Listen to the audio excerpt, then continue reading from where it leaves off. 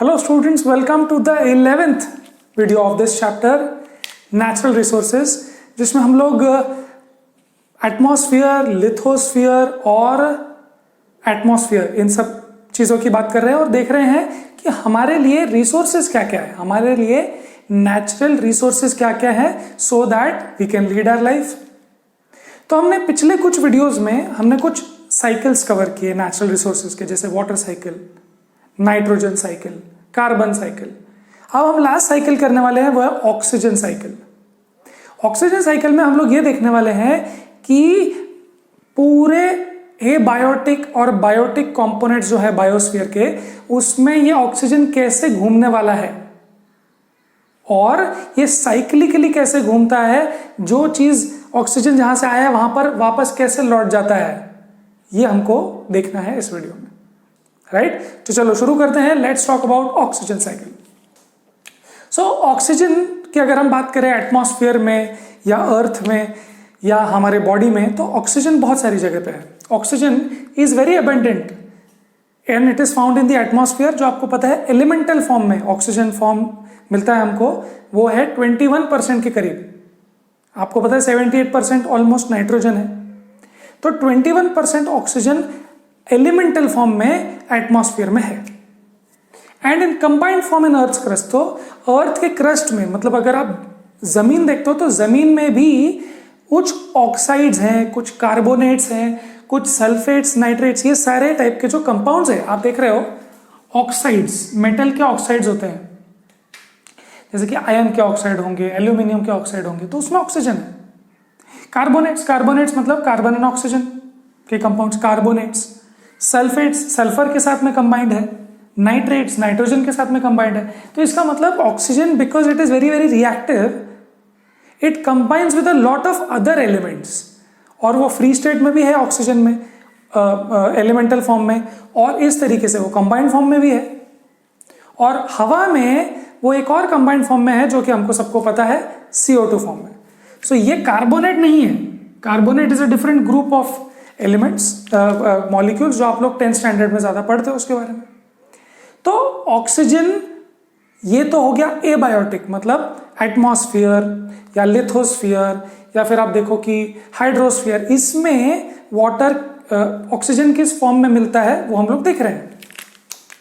But biotic form में, biotic life में भी ऑक्सीजन किस फॉर्म्स में मिलता है अपने को, तो found in most biological compounds. Biological compounds मतलब आपकी बॉडी में जो कंपाउंड्स हैं, क्या क्या है आपकी बॉडी में, ग्लूकोज है, कार्बोहाइड्रेट्स जो ग्लूकोज उसमें से आता है, देन उसके बाद में आएगा प्रोटीन्स, न्यूक्लिक एसिड्स, फैट्स, ये जो सारे टाइप के और लेट्स से बायोलॉजिकल या बायोकेमिकल जो कंपाउंड्स हैं, ये सब में भी ऑक्सीजन होता है।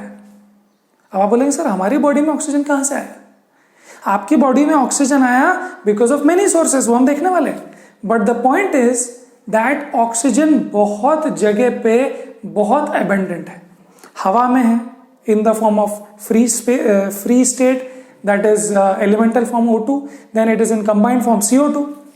जमीन पर भी है अलग अलग लोगों के साथ कंपाउंड बना के, और बायोलॉजिकली हमारे बीच, लाइफ के बीच भी है in the form of carbohydrates, protein. उसमें और भी चीजें हैं, आपने को पता है, कार्बन है उसमें, नाइट्रोजन है उसमें, पर ऑक्सीजन भी है।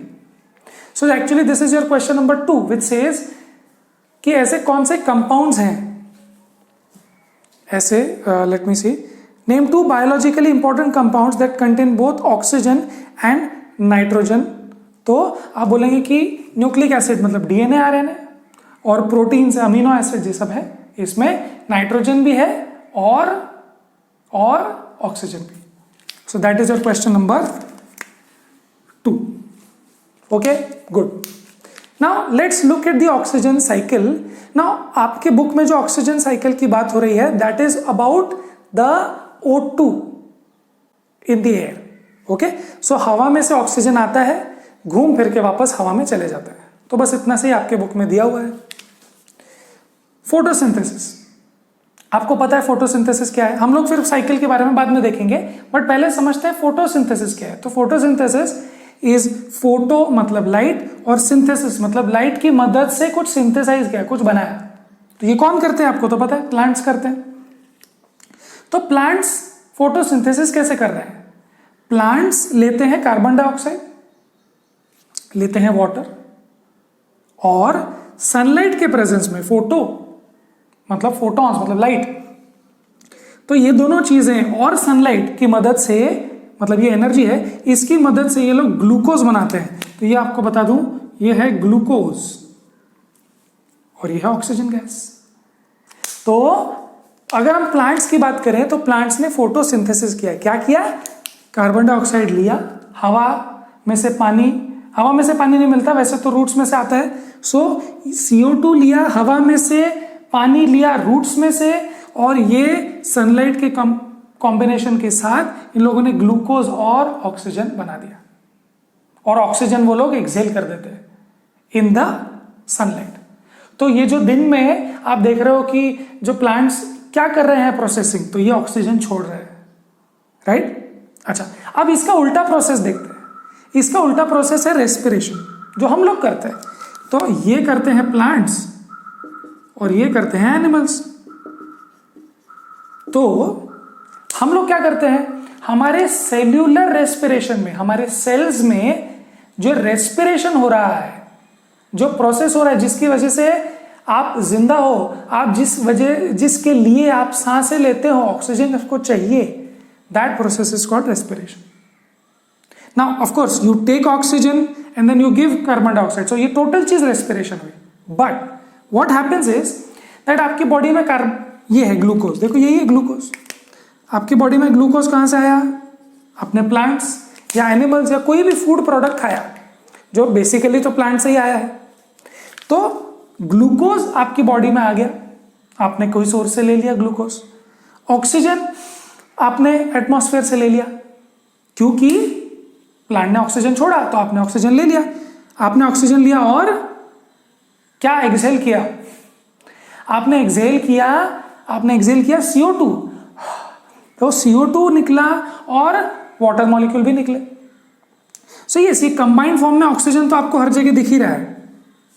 But now what we are focusing on is this part, right? अब देखो हुआ ये कि प्लांट्स ने डे टाइम में जब फूड प्रोडक्शन किया तो ऑक्सीजन रिलीज किया, और वही ऑक्सीजन हमने अपनी बॉडी में ले लिया, और फिर हमने CO2 छोड़ा और वो प्लांट ने ले लिया। तो आपको साइकिल समझ में आ रहा है? साइकिल ये है, देखो आपको यहां दिख भी जाएगा और आपके बुक में भी दिया हुआ है दैट फर्स्ट थिंग हम लोग करेंगे रेस्पिरेशन। हम रेस्पिरेशन करेंगे तो क्या होगा, हम एटमॉस्फेयर से लेंगे O2 और ग्लूकोज लेंगे, और ये करने के बाद हम लोग छोड़ेंगे ये दोनों चीजें। अब ये दोनों चीजें प्लांट को लग जाएगी और प्लांट फिर से ऑक्सीजन छोड़ देगा, और ये हम फिर से ये ले लेंगे और ये छोड़ देंगे, फिर प्लांट ये ले लेगा, ये बना देगा। सो आप देख रहे हो साइकिल। सो एटमॉस्फेयर से ऑक्सीजन हमने लिया, प्लांट को CO2 मिल गया, प्लांट ने फिर ऑक्सीजन छोड़ दिया, फिर हमने ले लिया। सो आपको दिख रहा है कि ऑक्सीजन वापस कहां से शुरू हुआ था? हवा से, वापस हमारे थ्रू, प्लांट के थ्रू वापस हवा में चला गया। So it's a cycle.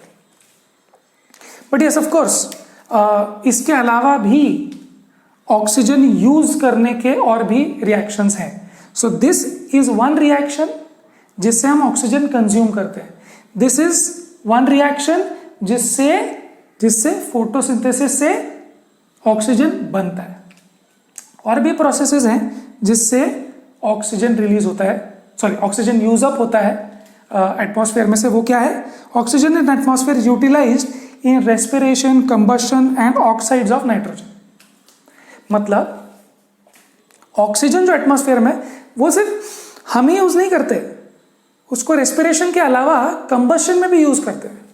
तो जब आप कोई चीज बर्न कर रहे हो, जैसे कैंडल बर्न हो रहा है, या कोई कोल बर्न कर रहे हो आप, या फिर लेट्स से पेट्रोलियम बर्न हो रहा है, तो आपको उसमें ऑक्सीजन की जरूरत पड़ती है।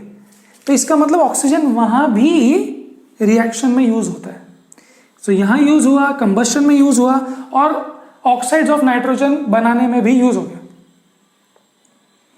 But oxygen in atmosphere is returned by only one major process, that is photosynthesis. मतलब यूज करने के लिए तीन तरीके हैं हमको।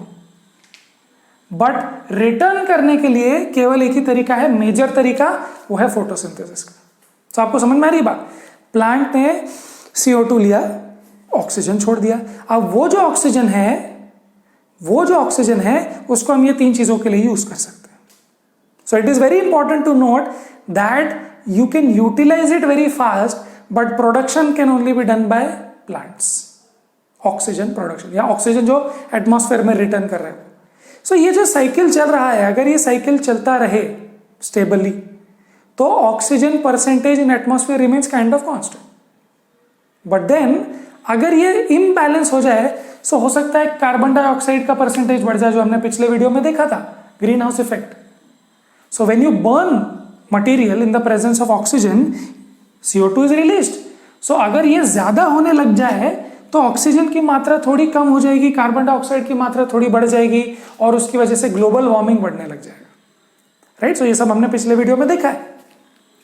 So you understand that oxygen starts from the atmosphere and is returned to the atmosphere. This is oxygen cycle. Interesting point to note is that there are some bacteria, जो हमने नाइट्रोजन साइकिल में बात की है, जो rhizobium bacteria, जो nitrogen fixation bacteria है, वो बैक्टीरिया को oxygen is toxic to the process. मतलब उनको ऑक्सीजन नहीं चाहिए, एनाएरोबिक, मतलब उनको ऑक्सीजन नहीं चाहिए, ऑक्सीजन से इनहिबिट होता है, उनका रुक जाता है process. So oxygen is not like necessary to everybody to all the time, but to some bacteria it is toxic also. Right? Okay, great. So question number एक बार 6 कर लेते हैं, बिकॉज हमने सारे साइकिल्स कर लिए। अब इसके बाद एक ही वीडियो बच जाता है, वो है ओजोन लेयर वाला। सो हमने सारे साइकिल्स कर लिए हैं और ऑलमोस्ट हमारा चैप्टर खत्म होने को आ गया है। एक क्वेश्चन 6 करेंगे हम लोग, जहां पर वो बोल रहे हैं एक्सरसाइज क्वेश्चन 6, जो पेज 202 पे है। Write a note on how forest influence the quality of our air, soil and water resources. Air, soil and water resources की क्वालिटी फॉरेस्ट कैसे मेंटेन करते हैं? तो आपको पता चल गया है कि एयर की क्वालिटी कैसे मेंटेन करते हैं। कैसे? एयर की क्वालिटी वो मेंटेन करते हैं by taking in carbon dioxide and releasing oxygen. This is what they do. So उनके फोटोसिंथेसिस के प्रोसेस की वजह से एटमॉस्फेयर में ऑक्सीजन की मात्रा बरकरार है, स्टेबल है। So yes, forest influence, definitely forest influence the quality of air. Okay, then how do they have an effect on the soil? अगर forest है तो soil erosion कम होता है, ये भी हमने पढ़ा हुआ है वीडियो में। तो soil erosion बचाने के लिए भी plants और trees बहुत जरूरी, right? Great. So the presence of plant affects the quality of soil. Then how does it affect the quality of water resources? और how does it involve? Plant water में, water cycle में कैसे involve होता है? तो याद करेंगे, water cycle भी हमने किया है, फर्स्ट साइकिल, उसमें हमने बात की थी कि प्लांट्स में से जो ट्रांसपिरेशन होता है, प्लांट्स में से जो वाटर निकलता है वो ही ऊपर इवेपोरेट होके जाता है और फिर उसका भी क्लाउड बनने में कुछ कॉन्ट्रीब्यूशन है। So that is also very very important.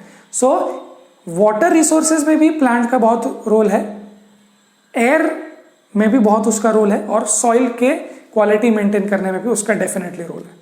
Okay, great. So इस वीडियो को यहीं खत्म करते हैं। हम लोग नेक्स्ट वीडियो में मिलेंगे, लास्ट वीडियो में, जहां पर हम बात करेंगे ओजोन लेयर की।